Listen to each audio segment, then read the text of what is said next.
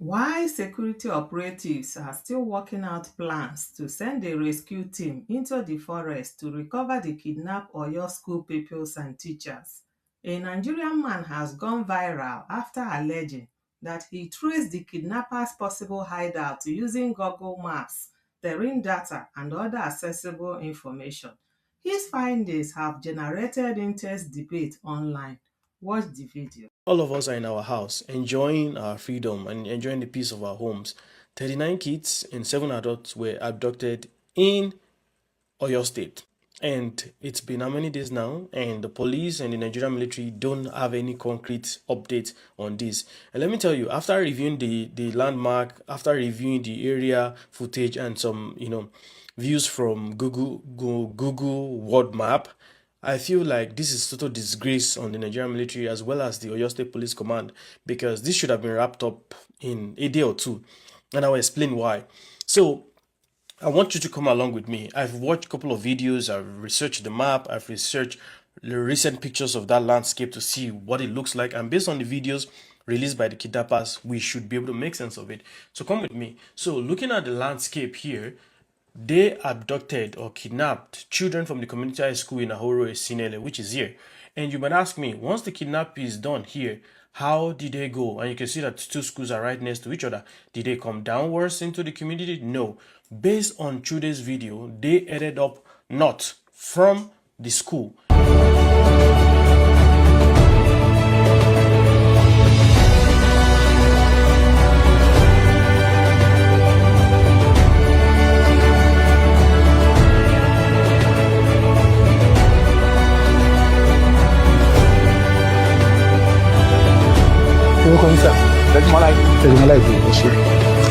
So kí ló àwọn tani lọ gbé wọn lọ àwọn kí ló ṣẹlẹ̀. ẹ̀sùn nígbà tí wọ́n àwọn àti ẹ̀wà nílé ní nǹkan bíi 9 àárọ̀ máa ń gbà bọ̀ báyìí wọ́n wọ sọ àwọn sójà. wọ́n wọṣọ àwọn sójà. àwọn sójà àwọn ọ̀kà wọn sì ń kankan bẹ́ẹ̀ pé wọn wà bẹ́ẹ̀ ni wọ́n bá ń lọ ọ̀tọ̀ títì náà dé skul wọ́n kàn yà sí skul bẹ́ẹ̀. bí a ti ń yìnbọn nu pàpà ìbọn sáà ń ro nkele yìí àwọn ọmọ míì tẹ káfẹ́ gbójú wíńdò agbára wọn kà pé kí wọ́n fi bẹ́ síta wọ́n ta kó àwọn ọmọ kéèké wẹ̀ báyìí omi ìgà tó báyìí gbogbo wọn ti kó gbọ́n lọ. nígbà wọn tó ń lọ wọn á dá wọn lọ bíi màálù bí ìgbà tí wọn máa ń di wúrẹ́ lọ ní ń dá wọn lọ báyìí.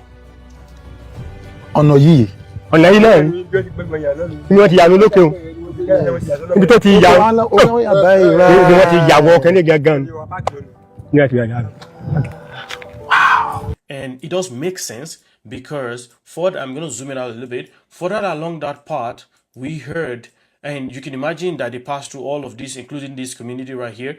And it does make sense because they abducted more kids from the Yawota First Baptist Nursery and Primary School. And they also stole 4 motorcycles, according to verified report. They also stole 4 motorcycles from the Yawota Community High School here. So it does make sense that the trajectory of their journey was along this line. So I'm just going to bring this down a little bit and swerve this a little bit around.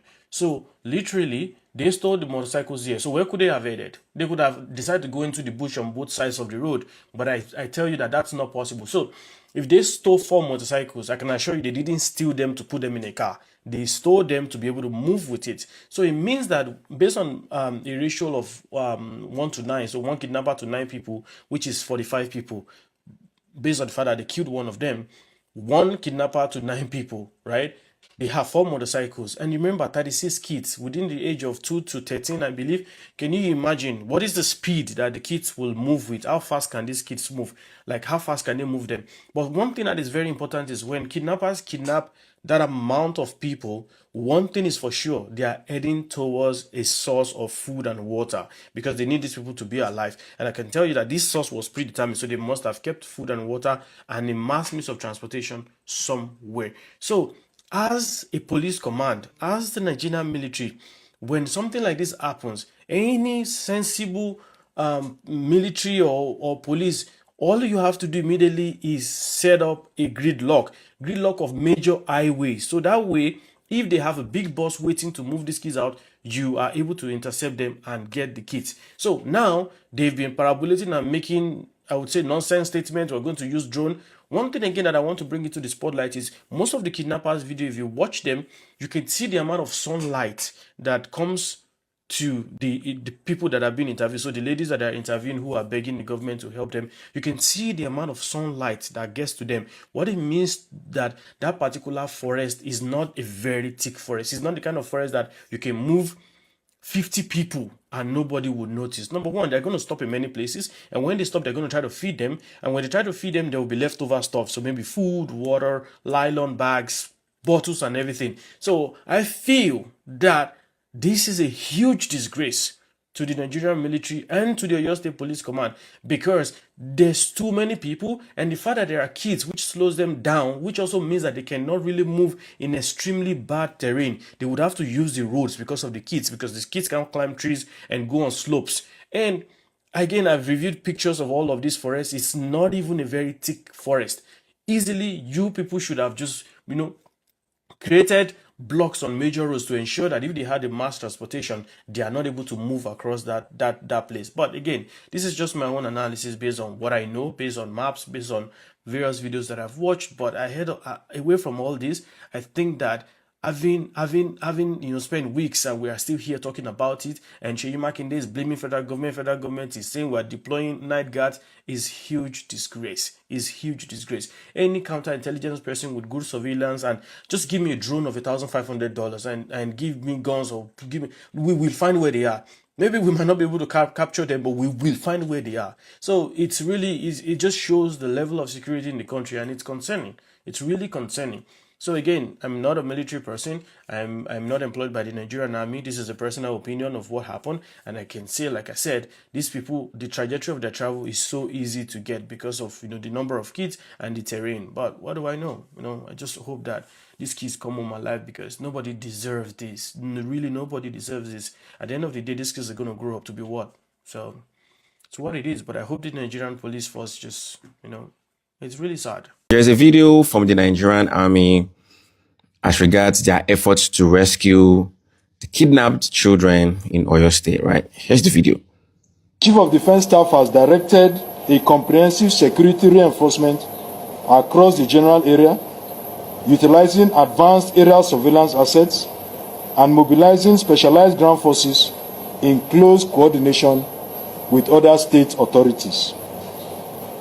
Proactive operational steps are already yielding valuable intelligence, and troops will maintain a relentless posture until the perpetrators are brought to account and the region's security is completely restored. So, first, here's the thing. I don't know what happened that it's taking them almost 15 or 16 days to intensify efforts and deploy aerial assets to the area, For me, first off, it just shows that there was no urgency in the approach of the government towards this kidnapping. They thought it was going to be like just other ones. There was no urgency. Probably they didn't expect the outrage that they are getting, First. Secondly, a lot of times, because of statements from the Nigerian army, statements like terrorists are like the prodigal sons, that should be forgiven. Statements like that has already put an image in the mind of a lot of us Nigerians when it comes to the Nigerian army and fighting terrorism, because we feel like they treat this issue with levity. So I'm just finding it funny that it is not that you're saying you're going to deploy assets that could have been deployed the very next day or 2 days after. But no, the kidnappers have been given days, almost 2 weeks, to go into the bush and then arrange themselves properly. It's just crazy, man. It's crazy.